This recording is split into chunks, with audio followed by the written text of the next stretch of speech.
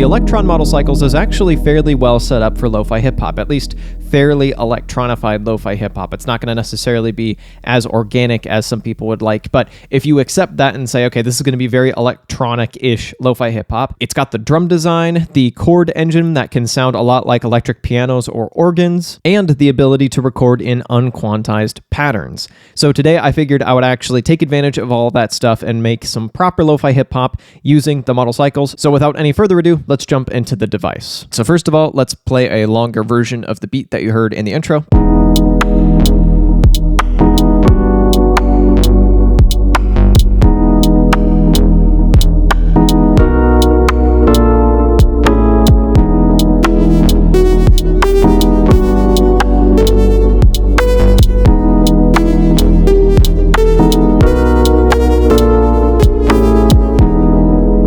Let's jump into the individual elements. It's always interesting making a video with the Model Cycles because it's a little harder to actually show you what's going on under the hood, but hopefully this gives you at least a decent idea. First of all, you'll probably notice the beat is a little bit sloppy. I definitely took advantage of the ability to record non-quantized and then didn't go back and edit it a whole lot. I left it fairly sloppy. And in this case, especially because there are so many elements all going at once, I think it works. Each element kind of contributes to this whole pocket that the beat is sitting in, and it's got this kind of push and pull to it. So, individual elements. Got a kick here. The decay turned down fairly low. The pitch turned down an octave because I just set it based on this pad. I never press these pads unless I'm just selecting a part. The color is mid to high. If you keep going up, it's got that knock to it that I really like. This is obviously too far. And it gets duller and duller as you go down. So turning it up a bit gives it a little bit of grit. Shape. Also a little low. I just wanted to bring out a little bit of that distortion. And then sweep is fairly low. And contour is here. So it's got that ringiness to it as well. Moving on to the clap element. This started life off as a chord patch, and this is actually a modified preset. I'm not sure what black magic they pulled to make a chord patch into a clap, but it works. It's definitely not ideal for a clap, but especially in this case, it works pretty well. So the main modification I've got here is the delay. If I turn it... So this is probably where it would live normally, and I've turned it down even further, so it's almost more of like a cross-stick element. Just that one little hit there. And then I've got it sent to the reverb a bit as well. So here is the kick and clap just by themselves. Bring in a hi-hat.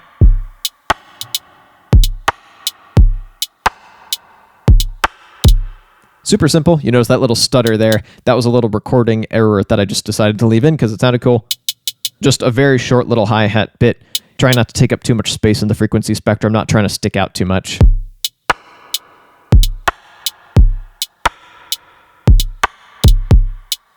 And that's a very good foundation to build on. Up next.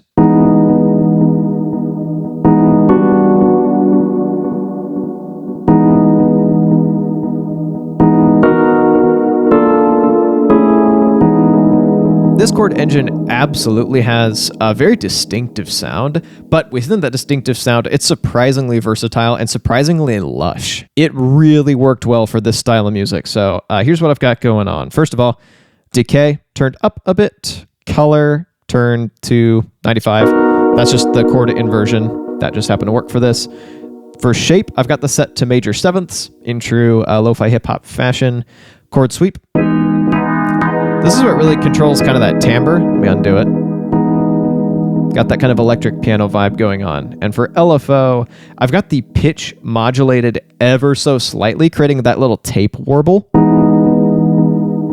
It's super subtle, and if I were to take it even further, it probably would not sound that good, but as it is, it adds quite a bit of character to it and makes it sound a lot more kind of alive and organic. And then I've got it sent to a ton of reverb and a ton of delay, and the delay is set to kind of ping pong in your ears, and that's really adding to the lush sound. The chord type, the sweep that I found myself on, the delay and the reverb, and the little pitch warble all contribute to a really nice chord patch.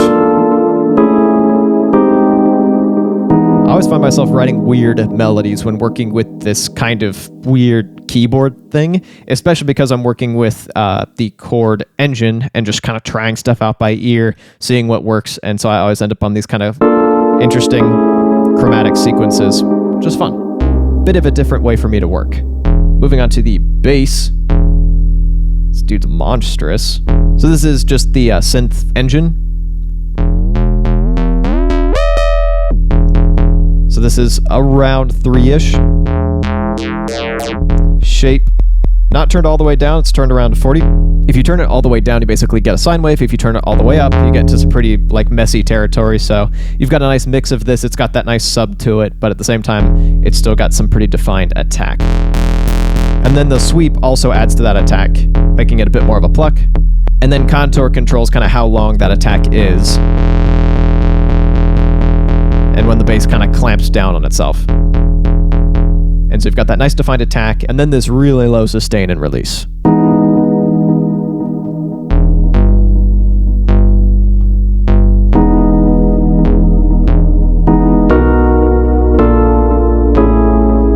And then finally, I believe this is a preset.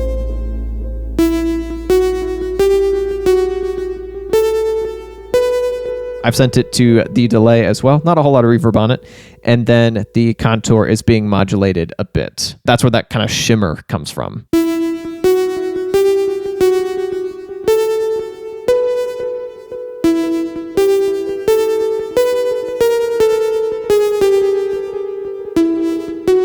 And you'll probably notice decay isn't turned up a ton. Color is not turned up a ton. It's a fairly simple patch, basically a little saw element, but it floats over the rest of the beat quite nicely, I think. So altogether, let me build this up.